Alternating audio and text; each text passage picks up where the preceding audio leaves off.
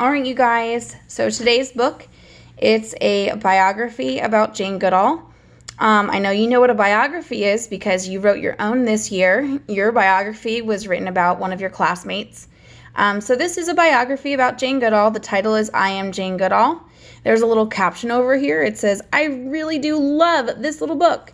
And if you could see, it says that Dr. Jane Goodall said that. So she has actually read this book and she approves. She loves it. The author is Brad Meltzer, and the pictures are illustrated by Christopher Eliopoulos. I am Jane Goodall. I am Jane Goodall.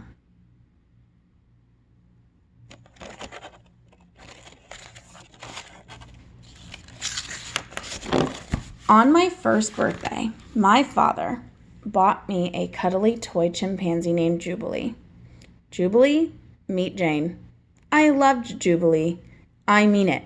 Loved. I used to carry Jubilee with me everywhere. As I got older, when I would line up all my toys and play teacher, Jubilee was the one who had his own chair. Okay, class, now who knows what rabbits like to eat? Yes, Jubilee, correct, as always. I didn't just love my toy chimpanzee, though. I loved all animals, even the earthworms I found in the garden. Did you bring the earthworms inside the house? Don't worry, Mom. They're as safe as can be, right under my pillow. My mom told me the worms would be safer in the garden, so we took them outside and buried them back in their home.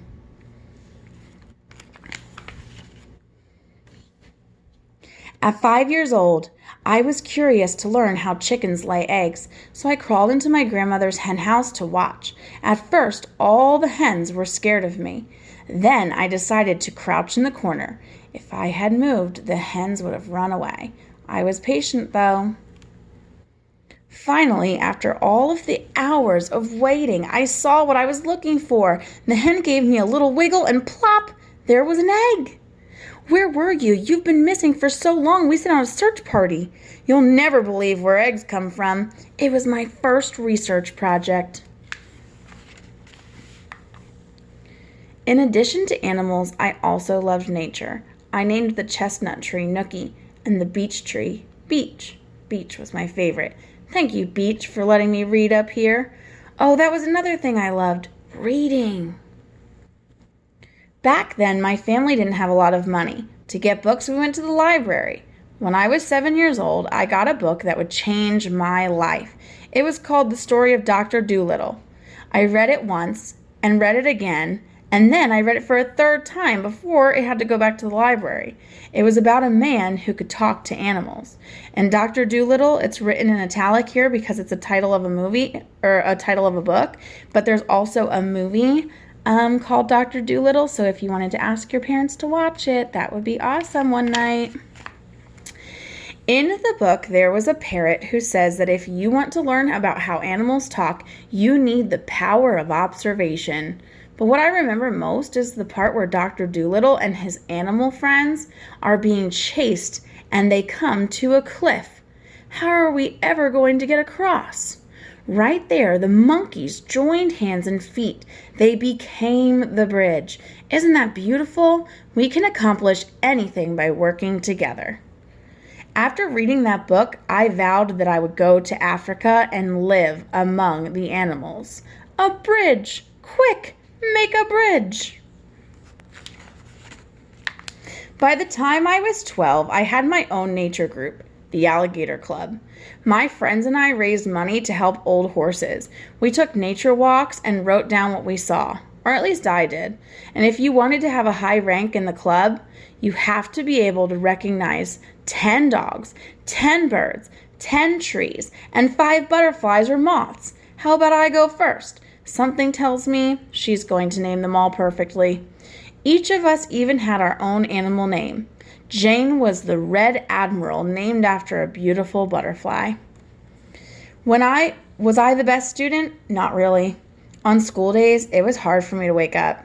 I didn't like being indoors. But if we were outside or there were animals around, that is when I would get excited. Guess how many pets I had? There was a lizard with no legs named Ivor. guinea pigs named Gandhi and Jimmy, racing snails with numbers painted on them, Pickles the cat, Hamlet the hamster, and Peter the canary.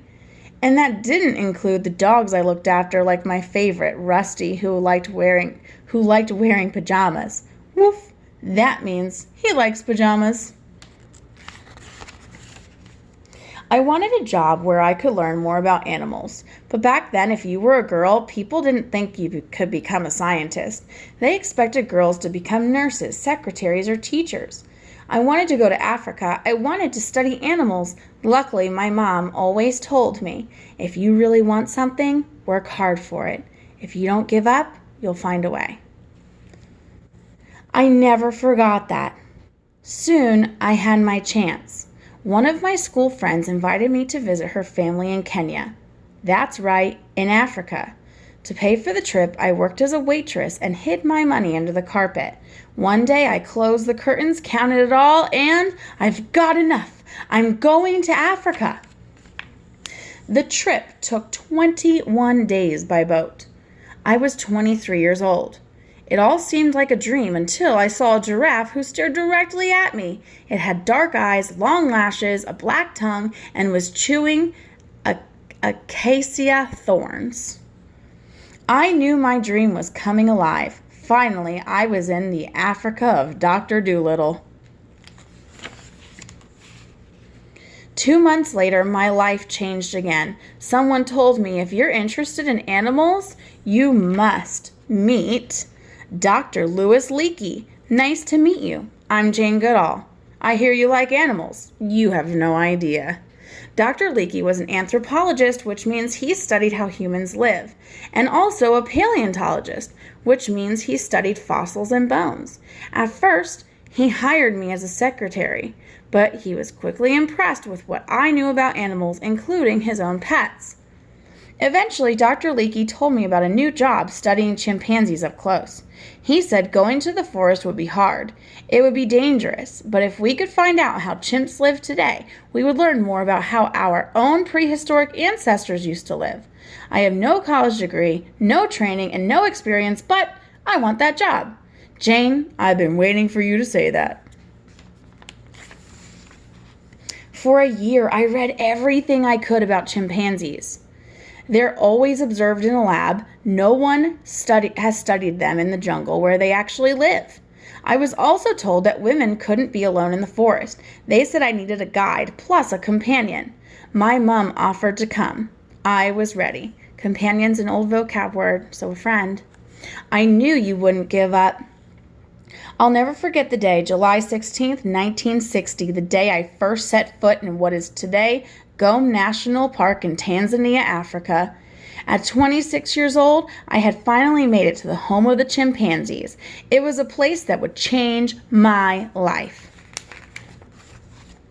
During one of my first explorations, we saw 2 chimpanzees eating in a tall tree. They noticed us and ran away. They're scared of us. The next day, we didn't see any chimps. There were no chimps the day after that either.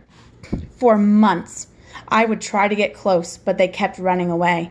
Then I started going alone, just me. I would go to a high area called the Peak and look down with my binoculars. This was my secret. Be patient, learn about how they lived, slowly move closer and closer. Would you explore the jungle by yourself? In time, I saw that the chimpanzees would hang out in groups of 6 or fewer. The female chimps would be with the children. The male chimps would be with one another.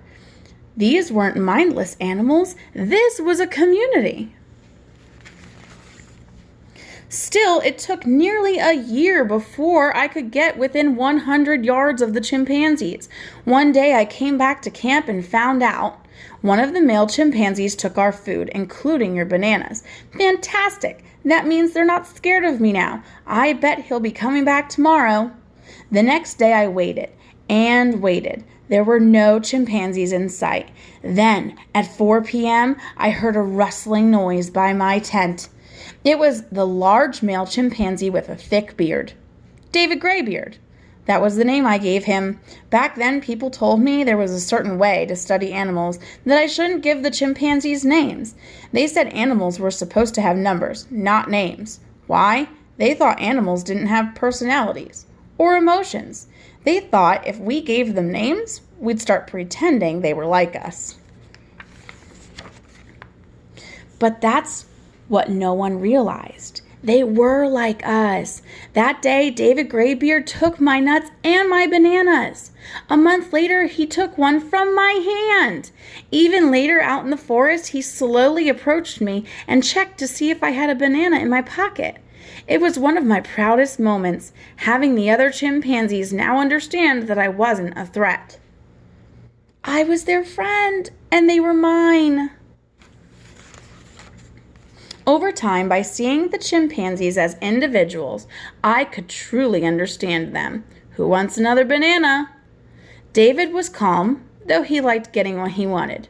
It's okay, pal, calm down. Goliath was easily excited. William was shy. And Flo was a strong mother, always bringing her daughter and son. As I watched, I learned one of the coolest things of all. One day, I saw David Graybeard stripping leaves from a twig, then sticking the twig into a termite mound. He wasn't just using the twig as a tool, he made that tool. Before that, scientists thought only humans could make tools. There was no doubt that these animals were intelligent and super smart. Every night I would write in my journal about what I observed, and every day I saw the chimpanzee doing the same things we do, holding hands, tickling, kissing, even patting backs to reassure each other. The more I observed, the more I learned. Soon I had so much information I needed a tape recorder.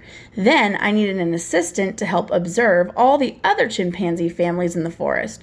6 years later, what started with a notepad and binoculars became a full research center. Now I was the one in charge. Isn't it wonderful? Look what we can build together. Today, thanks to our work in Tanzania, the whole world knows that animals have their own personalities and complex relationships. In my life, people told me there was a certain way to do things, a certain way to study animals, a certain way that girls should behave. They told me to follow the rules. Instead, I followed my gut. In your life, it will be easy to see how others are different from you. But there's so much more to gain if you instead see how alike we all are. All of us, all living things, share so much. We have so many things in common. When we realize that and look out for each other, that's the most beautiful way to live together.